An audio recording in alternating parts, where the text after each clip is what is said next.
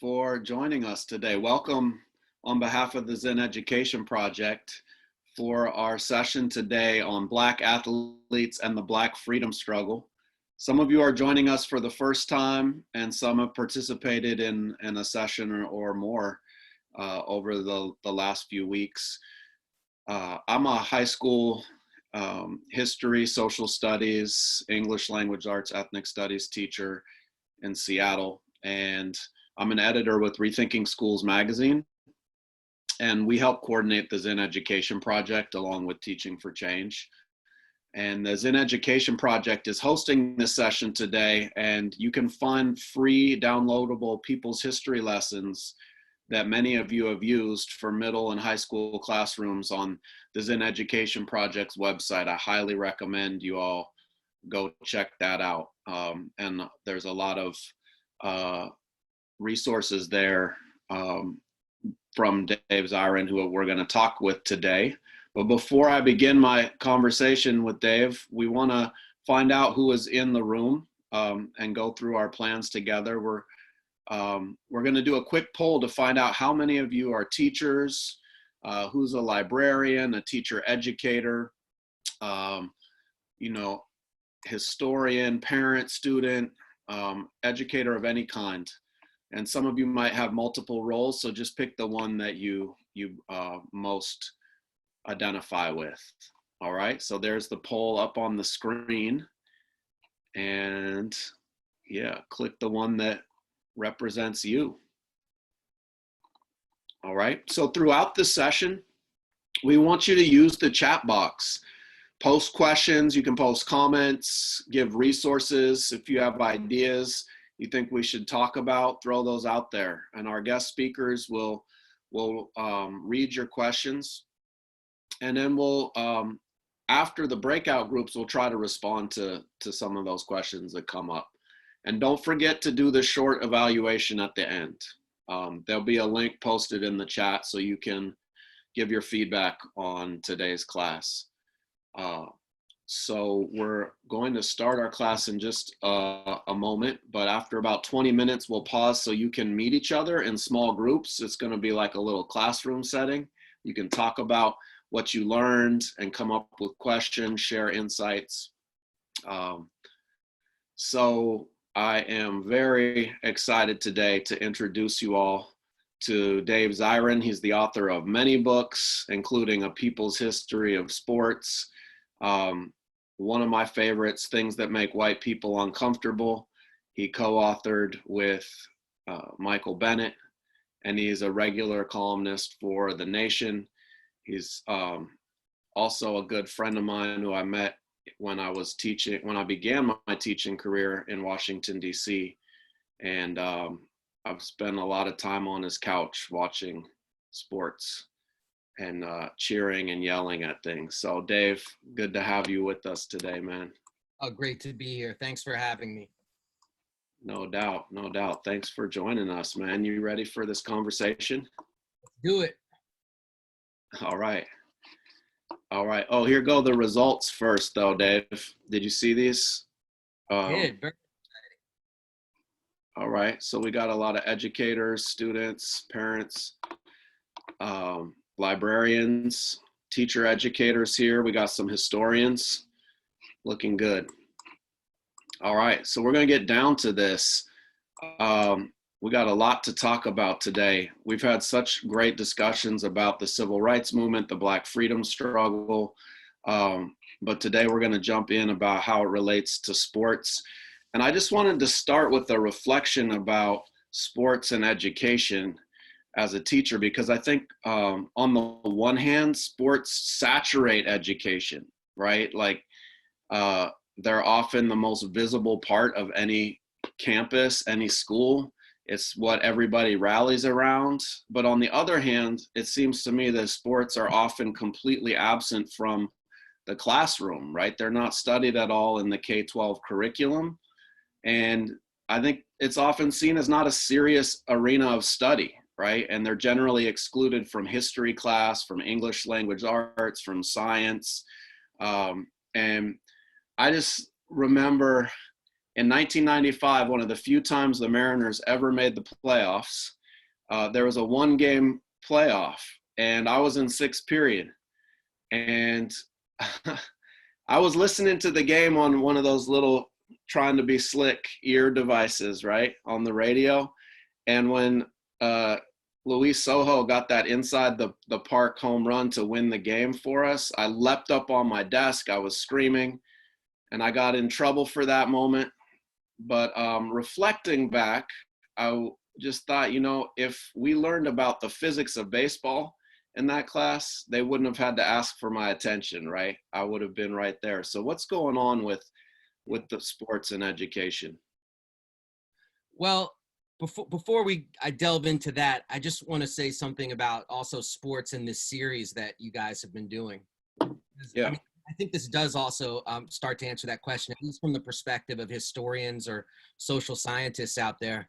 I would make the case that it is impossible to give a rounded and full picture of the Black freedom struggle, and specifically the movements of direct action to desegregate the Jim Crow South, without talking about sports. Sports is a part of the story. And not just a part of the story in terms of, oh, you have a Black athlete on the field and that changed people's minds, but I'm talking about like actual direct action to fight Jim Crow. In 1960, Wilma Rudolph, who became an Olympic superstar after becoming the first woman to win 3 gold track and field medals, she refused to have her parade or receptions in Clarksville, Tennessee, if they were segregated. And this was actually the first instance of integration in the history of Clarksville, Tennessee. Not sit-ins like we saw in Greensboro so famously, although those would come to Clarksville. But the first time there was integration was because Wilma Rudolph stood up and said, no, you can't celebrate me as an Olympian or as a champion or as an athlete and do it in the context of Jim Crow. I refuse that. That happened in 1960. That's when Wilma Rudolph did that, 1960.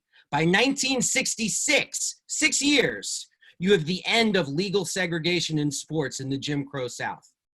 In 6 years. That's an amazing speed of progress. Think about that 6 years ago was 2014. And yeah. So that's, we don't learn about any of that. No, it's an amazing speed of progress. So how did it happen? How did this happen from 1960 to 1966, that profound change?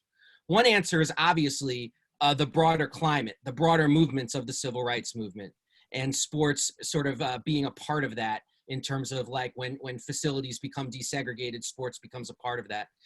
But when we just see sports as a reflection of the Black freedom struggle, as a reflection of the civil rights movement, it erases those struggles, large and small, to integrate sports. And I really want to recommend this book right here by Lou Moore. It's called We Will Win the Day: The Civil Rights Movement, the Black Athlete, and the Quest for Equality, which is filled with all kinds of small stories that took place in small towns, maybe some of us haven't heard of in the South, where sports was the impetus for desegregation and sports was the site of direct action. And it shows, what the book shows by Lou Moore, it's such a good book, We Will Win the Day. It shows that all this integration happened not only because sports was reflecting larger trends, but for 4 reasons. First of all, the NAACP and the Black press led boycotts of stadiums that had segregated seats, which cost the sports bosses money. Second, there were pickets at the stadium of teams like the Boston Red Sox, which was the last team to integrate in Major League Baseball, and people were assaulted when raising their voices to integrate sports. 3, you had the courts with lawsuits to integrate sports. And 4, and this is an interesting one, all white teams were tired of losing. And that was like most famously at the University of Alabama with Bear Bryant. Enough losing in the Southeastern Conference, even in the heart of Jim Crow, pushed for integration. And then just one last point, Jesse, thanks for your patience. And this is where sports differs from, say, the difference between sports and, say, a lunch counter struggle, a sit-in or a demonstration, is that when it comes to sports, I would argue that there are 2 kinds of political athlete. You have the representative and you have the explicit. By representative athlete, I mean athletes who change the world just by taking the field or by the court. Like, think about Althea Gibson dominating the tennis world in that lily white country club sport. And just by taking the tennis court, she changed the world. But then you have, that's the representative. Like, just her play changed the world. But by the explicit, I'm talking about athletes who refused to play unless there were integrated accommodations or stands, people who use their platform to speak out. These are the forerunners of Colin Kaepernick, if you will. But all the people who use their hyper-exalted, brought to you by sponsors platform to actually say, wait a minute, I'm not going to play in the city of Houston if there are segregated accommodations. I'm not going to do that. And then actually the city of Houston changes its local ordinances to host these games. That's an untold story of the Black freedom struggle. And it's very exciting because it shows that culture, which I think sports is a part of, is a key motivator and key lever for social change. Yeah, and see, I would have paid attention in my history class if you had gone through that. And I wonder if other people also have noticed that sports is absent from K-12 schooling. So maybe we can put that poll up. Did you learn about Black athletes and the Black freedom struggle? Oh, there's the poll in your classrooms. And one more point about that too, because I do believe that, like, I've taught a sports history class at Montgomery College here for the last couple of years, and one of the things I see is that a lot of students, they have no interest in history, but when you teach history through the lens of sports, all of a sudden they're picking it up and their minds are just exploding, and now they want to know about the Cold War.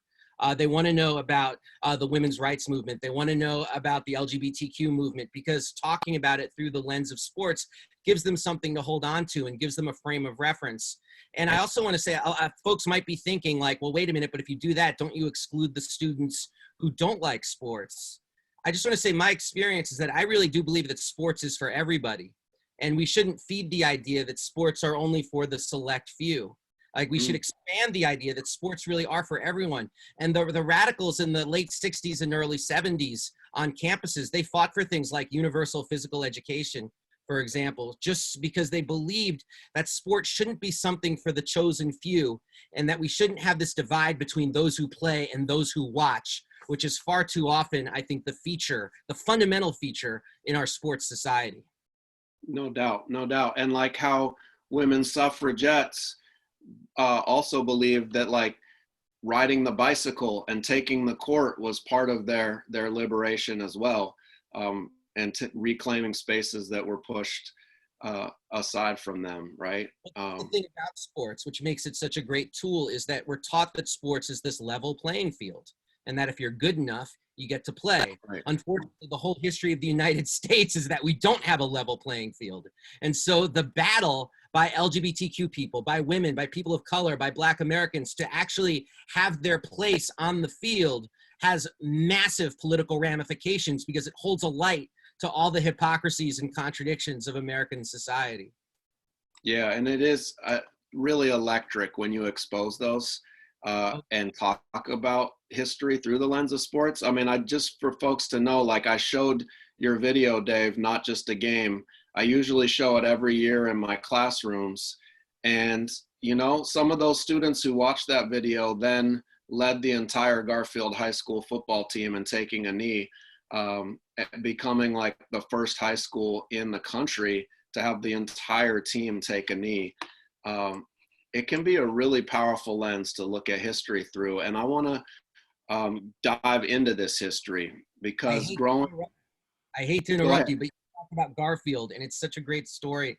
And I've interviewed the coach who was there at the time and one of the players now for this book I'm doing about people who take knees during the anthem and what it means to them. And I love that athletes connect with that history of sports and struggle. I love that so much, because as someone who is an athlete myself, you're sort of brought up through the sports system to think that the only thing you should do is say yes, sir, or no, sir, or yes, ma'am, and no, ma'am to your coach. And that's the extent of what you're allowed to say or what you're allowed to do. So sports is seen as antithetical to politics when there's this whole rich tradition that says otherwise. Absolutely. Let's dive into that tradition. So, you know, growing up, I revered Jackie Robinson as the first player to integrate the major leagues, at least in the modern era, because of course Moses Fleetwood Walker back in the 1800s also played ball.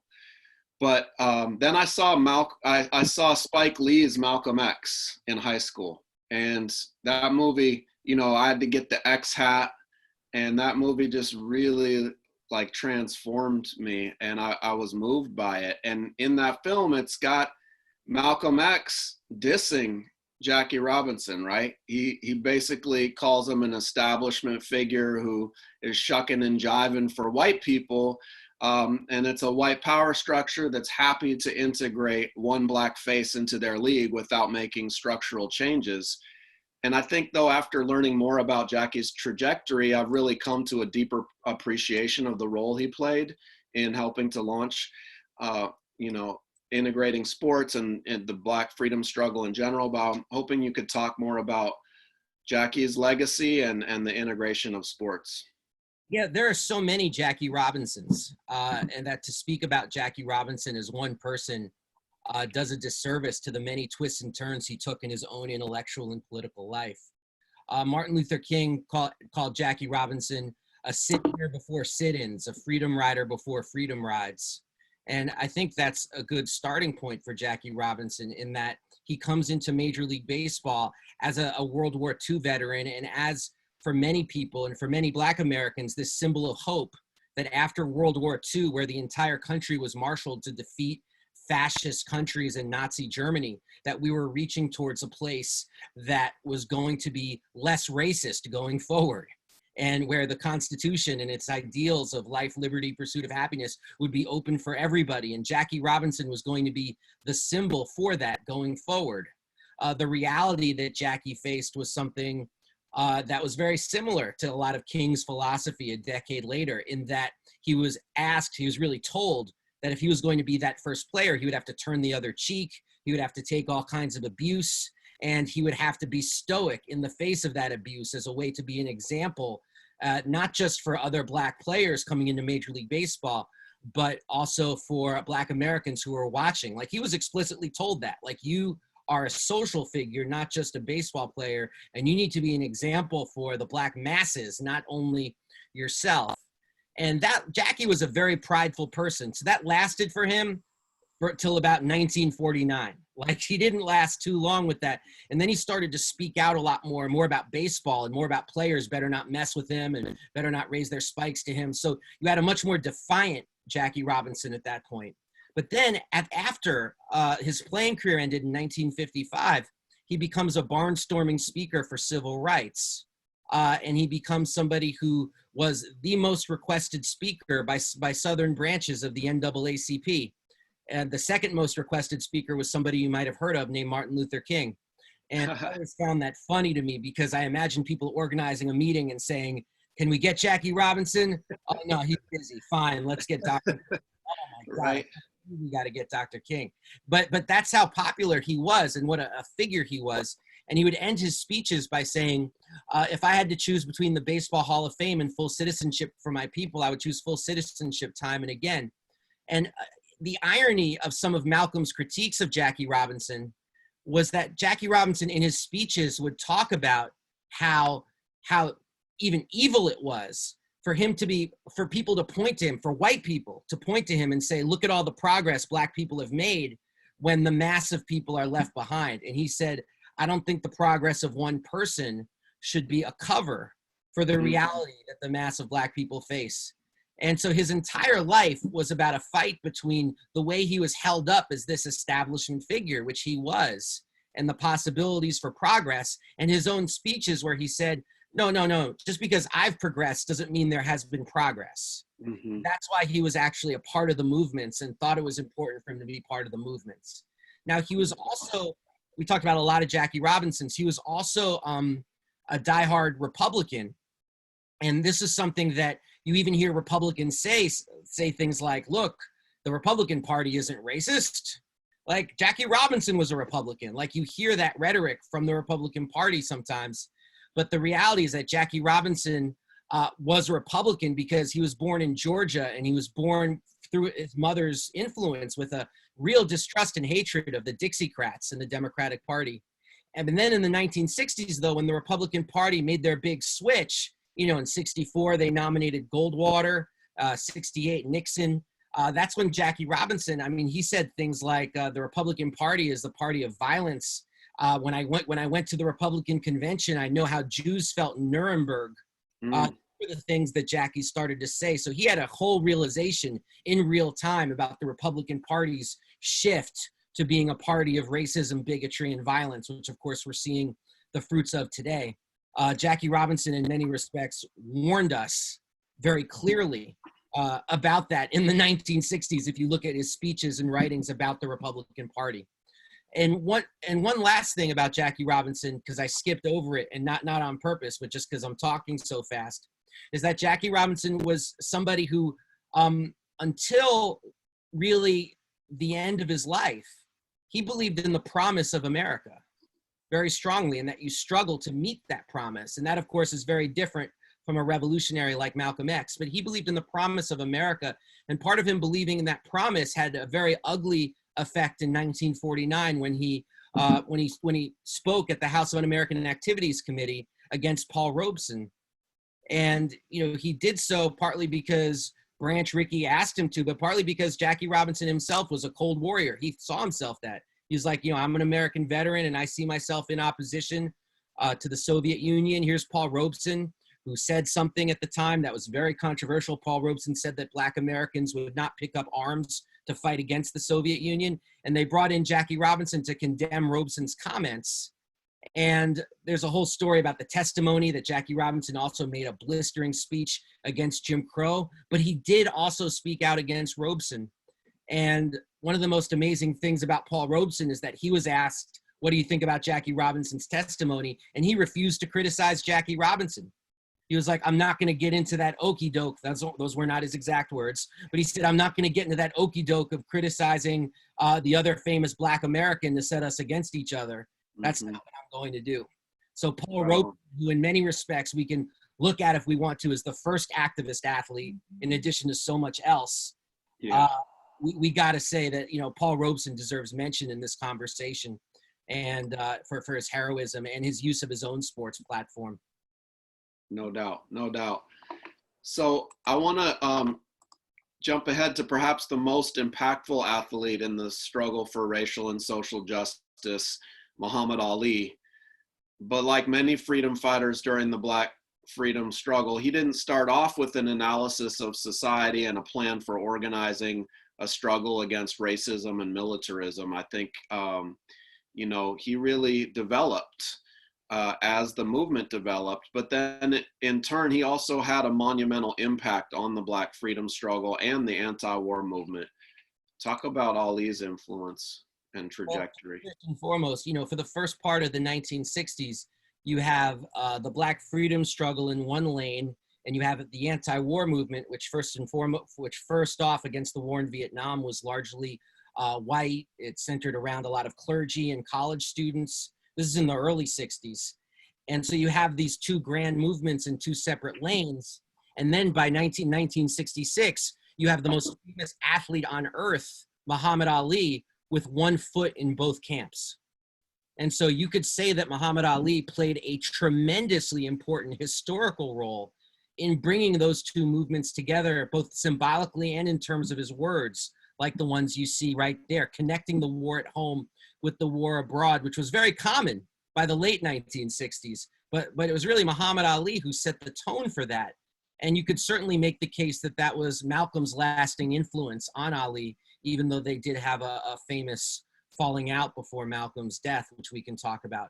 But to get to your question, I think when we talk about Muhammad Ali too much, it's like it can be almost disempowering, because we speak about him as if he lived on the planet Awesome or something and then was brought to the United States to show us all the way, as if he emerged full, like Athena out of the head of Zeus, ready to tell us all what to do, when the reality is quite different. I mean, when he was, Cassius Marcellus Clay Jr. from Louisville, Kentucky, when he wins the gold medal at 18 in 1960, he, said that, his hero was gorgeous George Wagner, who was a professional wrestler.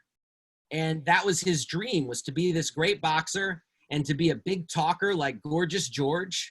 And, he would say things like, after the Olympics, he said, "To make America the greatest is my goal. So I beat a Russian and I beat a Pole. And for the USA, won the medal of gold. And the Greeks said, you're better than the Cassius of old." And he would say that, and the press was like, oh, look at him, he rhymes. But so there was no political content to it. There was just this incredible amount of charisma and this love of professional wrestling and this idea of being a showman. But when he came back from the Olympics, and this is the story that some say never really happened, Ali and his family say it did happen, but he goes into a restaurant with his gold medal around his neck, and he's refused service of a hamburger.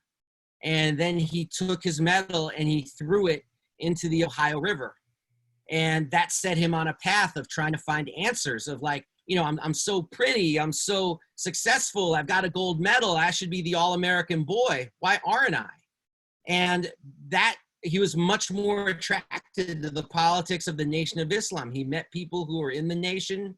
They introduced him to Malcolm X, and they had a very short but incredibly intense friendship that absolutely changed both men's life. And I recommend a book called Blood Brothers, which is specifically about the friendship between Malcolm X and Muhammad Ali. That's absolutely fascinating. But it was through that friendship that you see the political transformation of Muhammad Ali. And there's so much more to the story. It's a complicated story. One of the reasons why Ali is even named Ali, first he was going by Cassius X when he joined the nation, but him being bestowed the name Muhammad Ali, which was a tremendous honor by the Honorable Elijah Muhammad, the head of the Nation of Islam, was as a way to actually help separate Ali from Malcolm X at the time when they were having their very, very public split. So there's a lot of complicated twists and turns there. Just as Jackie Robinson regretted greatly that later in life that he testified against Paul Robeson, Ali's regret about his split from Malcolm was something that stayed with him for his entire life, to the point that, you know, I was at Ali's funeral in Louisville, and the most moving speaker to me was one of Malcolm's daughters. I believe it was, I can't remember which daughter, I'll look it up, but one of his daughters spoke so beautifully about the way that Ali kept his connection to Malcolm's family in secret for decades. So that's a part of Ali's life too. But I think one of the great markers about Muhammad Ali that we have to remember is how much he meant also to the leading figures at that time. Like Martin Luther King, when he made the decision to come out against the Vietnam War, one of the things he said was, well, it's like Ali teaches us, these issues are connected. And this was when all of King's advisors were saying to him, don't come out against the war in Vietnam, stay focused on local issues. Dr. King turned to Ali as a justification for why he was going to be an activist against the war in Vietnam. So, and Nelson Mandela, when he got out of prison, one of the first places that he visited when he came to the United States was to visit with Ali. And he said that every time Ali won, there was like actually in Robben Island at the brutal prison where Mandela was, there was a system to let him know when Ali won fights. And when he would, he said he would feel like the walls of Robben Island had come tumbling down. Oh, that's beautiful. So there's so much that Ali meant also to a lot of the leading figures. Billie Jean King, the incredible rights activist for women and for labor rights as well. She said that she doesn't see what she does as happening without Muhammad Ali and building on what he did. So there's so much to him that's there in the 1960s that's so important that we can use not only to talk about him as an individual, but also talk about the broader social scene that was taking place in the 1960s. And I strongly recommend a movie called The Trials of Muhammad Ali, which is absolutely, has all kinds of amazing footage of him speaking on college campuses. Yeah, that's for sure. I mean, we could really do a whole session on just Muhammad Ali, but we only have about 5 minutes, unfortunately. I know, and there's so much more to go through with the Black freedom struggle and sports, but I want to make sure we touch on John Carlos. You wrote a book with the legendary sprinter, with the fastest humanitarian, Dr. John Carlos, and so I want you to just briefly touch on not just the moment when he raised his fist up in the air alongside Tommy Smith, but also the movement, the Olympic Project for Human Rights, and then also if you could talk about Wyoming Tyus, who is one of the greatest sprinters, most accomplished sprinters in world history, and yet her name is largely absent from discussions of the Black freedom struggle and sports as And well. I edited Wyoming's book, which is called Tiger Bell, which she co-wrote with Elizabeth Terzakis. I can't recommend Tiger Bell enough. That's a dope book. I love that book. Did such a good job of using Wyoming's story to tell a broader story about Black feminism in the context of the Olympic Project for Human Rights. But everybody knows the moment on this call, I'm sure, of the people raising their fists. Here's a picture of it right here. And Mr. Woods has it as well. I love that we both have these hats. I guess when John said he was giving me the only hat, he wasn't telling. No, I'm just kidding. He didn't really say that. But a lot of people know the moment, but don't realize that it was actually a movement called the Olympic Project for Human Rights, and teaching it to young people that what they're staring at there is not just a moment, but a movement is very important.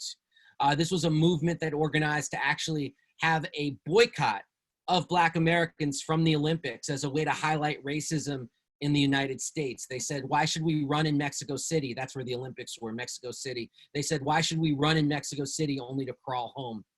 And they had demands that they were putting out and saying, we will boycott these Olympics if these demands are not met. And they included having South Africa and Rhodesia disinvited from the Olympics because they were apartheid countries, restoring Muhammad Ali's title. Remember, his title was taken away because of his opposition to the Vietnam, his refusal to be drafted to fight in Vietnam.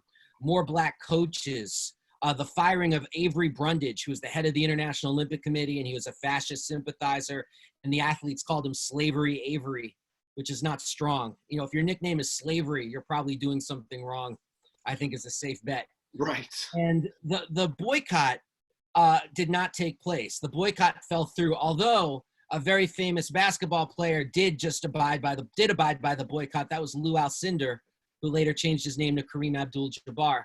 But the bulk of the athletes, for the bulk of them, the boycott fell through. But Tommie Smith and John Carlos felt like they still had to do something. So they got gloves. They got these buttons you can see on them that say Olympic Project for Human Rights. They took off their shoes. You can't see it in the picture, but they're not wearing shoes because as a showcase of Black poverty in the United States. And they had this, and they're wearing beads around their necks to show the history of lynching and violence against Black people in the United States. And they had this whole plan to do this. And this is where you really get to something amazing, but because before they could actually institute their plan, what did they have to do? They had to get on the medal stand. I mean, if they'd come in like eighth, Right. they brought all this stuff, they would have felt really stupid. And Yep. so then you see something amazing. If you ever watch the footage of the race, you see John Carlos get a lead, and then he's constantly looking over his left shoulder to make sure Tommie is right nearby, because it doesn't work unless they're both there. In fact, John is looking over his left shoulder so much he doesn't see this other guy, Peter Norman, nip him at the end and get the silver medal. But Peter Norman stood there in solidarity as well. You can see on his left chest that he's also wearing a button that says Olympic Project for Human Rights. And they were friends their entire lives. And when Peter Norman died, you can find this photo online. The two lead pallbearers at his funeral were Tommie Smith and John Carlos. So that they were extremely connected. And then they raised their fists. As John told me, it got so quiet in there, you could have heard a frog piss on cotton. That's what he said. And then they left the arena, and they were oppressed. They were denied jobs. They were denied their livelihoods. They were shunned by the U.S. Olympic Committee. And they stayed in this wilderness of being shunned for decades until they were finally, at long last, re-embraced, which is why Jamel Hill, the sports writer, she says in 20 years, the NFL is going to have a social justice award named after Colin Kaepernick. And that's sort of a funny joke, but it's also oftentimes how history and politics works, and that people are condemned when they're alive and then re-embraced once it's safe. But then, God forbid, you try to apply the lessons of those freedom fighters to the present day, because then people will come down on you like a absolute load of bricks. So that's a very short thumbnail of Tommie Smith and John Carlos. I can tell you that, having spoken to both people, they have no regrets about what they did, even though they did pay a terrible price. As John Carlos said at Occupy Wall Street in New York, when we went out there and spoke, he said that his only regret was that he couldn't do it again. Right on. And so he was all the way in. He's a bad man. And I love the fact that Wyoming Tyus also ran in the 68 Olympics, and she won the gold medal and became the first to win the gold medal in the back-to-back Olympics in the 400 meter, right? They well no she in the 100 meter, yeah, she was the 100 meter back winner. Okay. You'll hear people on TV on sports be like, Carl Lewis, the first back-to-back 100 meter. It wasn't Carl Lewis, it was Wyoming Tyus. And Yeah. she dedicated her medals to Tommy Smith and John Carlos, which was an incredible act of solidarity, given that the Olympic Project for Human Rights did, by their own admission today, people who were involved in it, they did a terrible job reaching out to women and Black women and trying to make Black women athletes a part of the struggle. That was not part of their perspective. And so Wyoming Tyus, that was something that in 1968 upset her. But even though it upset her, she wanted to show solidarity with them because the entire world was coming down on the shoulders of Tommy Smith and John Carlos at that time. Everybody, I mean, they were, as John said to me, the fire-breathing dragons of America, and everybody wanted to slay them. And Wyoming was somebody who said, well, wait a minute, that's not the way it is. So It was an incredibly brave act by a remarkable person who later became one of the founders of the Women's Sports Foundation.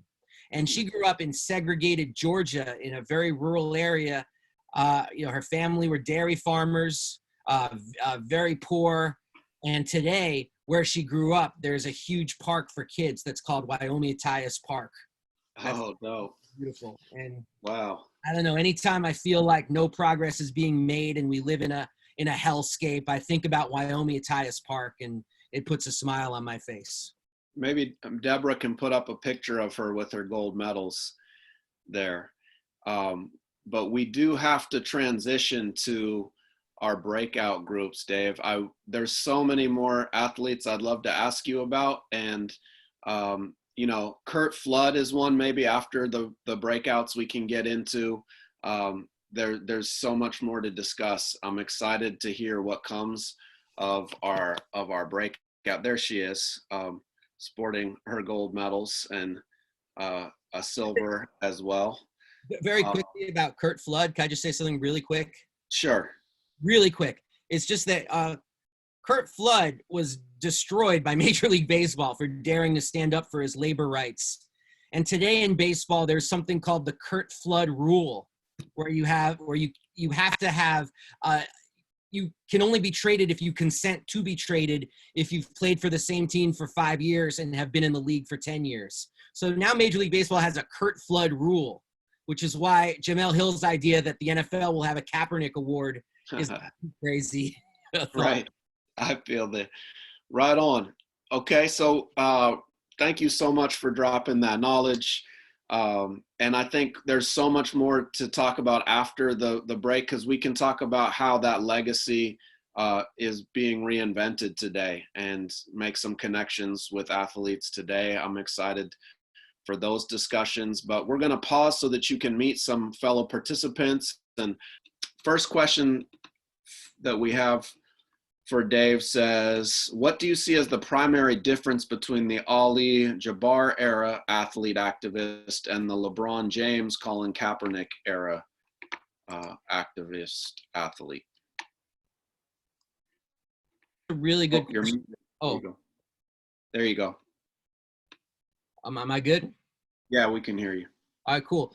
That's a fantastic question. I mean, I think part of it is separating LeBron and Kaepernick as well, in terms of understanding them. I mean, Colin Kaepernick is no justice, no peace. I mean, that's what he's been all about. Colin Kaepernick is somebody who sacrificed his career as a way to really put this country on trial. I mean, just the idea looking back that he took the national anthem and put it up for national scrutiny as far as what this country means and how you can talk about land of the free, home of the brave, when you're also talking about police officers killing Black men and women and not even seeing the inside of a courtroom afterwards. I mean, Colin Kaepernick's legacy is one as a freedom fighter. LeBron James has done amazing things as well, but he's done his amazing things much more from a precipice of power than Colin Kaepernick had. And Colin Kaepernick also, I would argue, started a movement. You talked about Garfield before, but I mean, we're talking like athletes all over this country, men, women, boys, girls, people in the band, people who played ultimate Frisbee, and not just football players, you know, all taking a knee as their statement against racism and police brutality. And so that's Colin Kaepernick. So I think Colin Kaepernick actually fits really well with the continuum of people like Muhammad Ali. You know, these were people who were critics of the system, not merely people who talked about that we can do better. LeBron James, because of his fame and because of his indispensable role in the NBA, has had a lot more security to speak out than Colin ever had. But I think the things that LeBron has done to raise awareness about police brutality, from wearing the hoods in 2012 and organizing his whole team to do that, wearing the hoodies after the murder of Trayvon Martin, to just recently him putting out a long tweet about Ahmaud Arbery, has been very important work that LeBron's been a part of. And it really separates him from folks like, I mean, I got to say it, like folks like Michael Jordan and that tradition of athletes who sort of define themselves more commercially as opposed to being political. Right. Thank you. There's another really important question here that says, often in schools, sports, especially football, can really elevate levels of intolerance, toxic masculinity, misogyny, and more issues. What are some examples of athletes, organizations, teams that have specifically worked to counter the hyper-masculine sports bro message that is often part of high school life? Mm-hmm. Did you want to go first with that, Jesse? I know you had some things to say. Yeah, I mean, I've been working with a program here in Seattle called Coaching Boys into Men. And then there's another program called Athletes as Leaders for the women's teams. And they've joined together to make a organization called Team Up Washington. And it's all about a curriculum that is delivered by coaches about healthy relationships, about sexual assault, about gender-based violence. And it has been transformative. At my high school here in Seattle, every single sports team goes through the training and the curriculum, and the students who go through it, I talk to them about it in my classrooms, and they have learned so much about the ways that sports culture can reinforce toxic masculinity, but also the ways that they can speak out against that. And it's been really amazing to see that program just start to take hold here in our region. And I hope that coaches who are on this call will consider bringing that to their school. Fantastic. Yeah, there's another organization, the Positive Coaching Alliance. And there's an amazing person people should look up. He played for the Baltimore Colts way back in the day. His name is Joe Ehrmann, Ehrmann, Ehrmann. And he does the Positive Coaching Alliance. And a lot of what he does is, how do you coach football as a way to actually untangle the toxic masculinity that is so often seems like it's baked into the cake of the game? Like, he has a case that says, no, you can actually use team sports to fight against that and work against that. And that's what Joe Ehrmann has spent his life doing. And, you know, it's appropriate for this discussion to say that one of the things that influenced Joe Ehrmann to think about football differently was reading Howard Zinn. And the way Howard Zinn wrote about history coming from an entirely different point of view. He's like, well, why can't we coach football in an entirely different way as well, and from a different point of view? And Joe Ehrmann's, the central part of his analysis is that there are two kinds of coaches, the transactional and the transformational. A transactional coach, and I'm sure people are familiar with this kind of coach, is the person who does it for themselves. So they feel good. They love having power over their athletes. And that kind of coach and those kinds of teams is often where you see the toxic masculinity develop in a big way, because, you know, young people act as they are taught. And the way they are taught in this very toxic atmosphere, which so often accompanies football, then reflects itself in the larger student body. But the transformational coach is so very different. The transformational coach is actually trying to think about how to untangle that web And at schools where there's been transformational coaching, which sounds like, Jesse, the kind of work that you've been involved in, that transformational coaching actually makes a huge difference when it comes to interacting. And I got to give a shout to, oh my God, if I, Brenda, I can't remember Brenda's last name. She's got an organization called Set the Expectation. And it's about specifically fighting sexual assault and sexual violence in sports. And it's and the work she speaks to like all the big teams, and she's absolutely amazing and tireless in this work. That's awesome. And Brenda Tracy. Brenda Tracy, and the work that I've interviewed her a couple of times, and one of the things that Brenda Tracy does is that she then enlists the football team in not just correcting their own behavior, which is kind of narrow in her view, but actually then being like at a leading edge of on the campus of saying, this is not how, men can stop rape, basically, and saying that, we have a role to play as football players in setting an expectation for everybody around us, not only for ourselves. Yeah, absolutely. And I think that leads to another question that we should talk more about, which is the role of Black women athletes throughout history who have been part of transforming both athletics and broader society. I mean, we could talk about everyone from Rose Robinson back in the day to Maya Moore today, who, just quit her at the height of her basketball career to go fight for the life of an innocent man, Jonathan Irons. And I've actually been honored to get to work with her on that campaign with Athletes for Impact. Absolutely amazing. Maya Moore taking 2 years off of her Hall of Fame prime career to fight for the freedom of Jonathan Irons. I mean, this should be remembered historically, like we think about people like Muhammad Ali, like we think about Colin Kaepernick. I mean, because Maya Moore I've interviewed her a couple times as well. She is absolutely the real deal. You mentioned Rose Robinson. For people not familiar with her, in 1958, she refuses to stand for the national anthem in protest of the Cold War and the U.S. buildup of nuclear weaponry against the Soviet Union.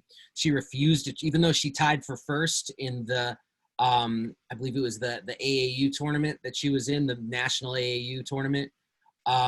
She does the track and field championships. She doesn't go to Moscow with her team because she rightly calls out a program that was happening in the 1950s where Black athletes would tour countries, particularly in sub-Saharan Africa and the Soviet Union, as a way to sell the idea that racism was not a big deal in the United States, or that we were getting over racism in the United States. She called out the hypocrisy of that program and refused to go to Moscow. So Rose Robinson's story is amazing. She later went on a hunger strike and was, after refusing to being a tax resistor, because she didn't want her money to fund nuclear war, and she was hospitalized in prison. So an amazing person. I really want to mention, if people look up the scholarship of Amira Rose Davis at University of Pennsylvania, Penn State, I'm sorry, Penn State, it's a lot to remember. Penn State, her name's Amira Rose Davis, and the work that she's done about Black women athletes is so important because the history runs very deep and oftentimes was less recorded in the Black press, but it was going on and it was very active at the time. There was this poll taken, I think in the 1920s in Chicago by the Chicago Defender, which was the Black press, about your favorite athletes, and about almost half of them were Black women who did sports in Chicago, and yet there wouldn't be articles about them. I mean, so there is this rich history and rich culture of sports as a mode of survival by Black women in this country. No doubt. Excellent. We only have like another 4 minutes here for this discussion. It's been great. I just want to remind folks, if you do have to drop off, please fill out the evaluation form before you do, and it's in the chat. So check that out. We have another question that says, what kind of progress in labor rights and affirmative action have come out of action from athletes? That's a great question. I mean, I don't know about the affirmative action piece. Labor rights, I mean, I think it was very important in the 1980s when labor was getting beaten up at every turn that the Major League Baseball Players Association became arguably the most consistently strong union in the United States.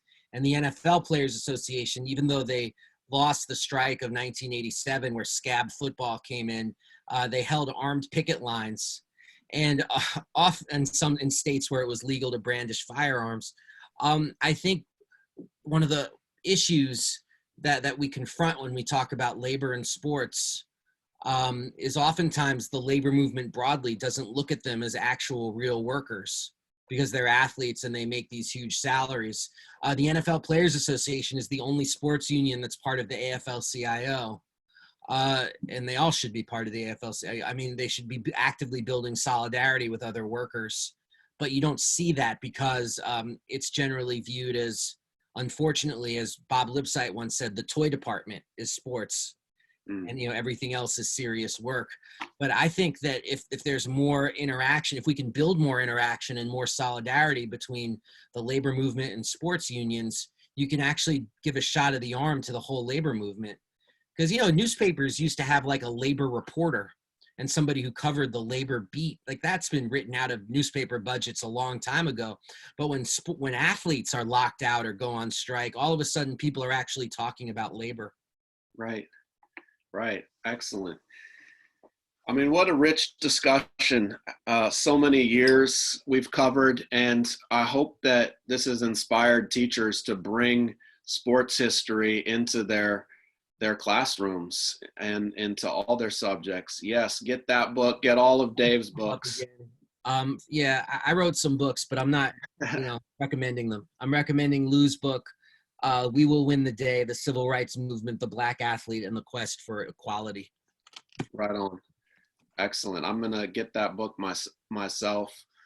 And I hope that, teachers will seek out those resources, bring them to their classrooms, and maybe just read the sports page more often and get to know people like Megan Rapinoe and Maya Moore and Michael Bennett, who are helping to lead a new generation of activist athletes. Check out the group Athletes for Impact. You can go to athletesforimpact.org, and it's a group that I'm organizing with, and you can learn about athletes today that are fighting back. We have a campaign against human trafficking going on right now. We have the campaign to support Maya Moore and her fight to get Jonathan Irons, a free man, out of prison, an innocent man out of prison. I really am looking forward to hearing from teachers around the country how they're integrating sports more into their curriculum. So thanks so much, Dave, for joining us today for this discussion. For me, this is such a joy. I believe in the mission of the Zinn Education Project so much, and the work that Deborah Mankart and others have done over the years. It's the kind of work that builds movements and changes the world. So anything I can do to be even a small part of that is an absolute joy. Right on, man. Appreciate you. So thanks everybody for joining us. I feel like this really breaks down the alienation of being under quarantine and in these really difficult, challenging times, trying to get through this COVID era. Arming ourselves with this history is going to be really important for when we can go back into the streets and into our classrooms and bring these lessons. So we want your feedback on this session, the content and the format. We put a link in the chat box, but before doing the evaluation, please unmute yourself and give your thank yous to Dave Zirin. Stop it.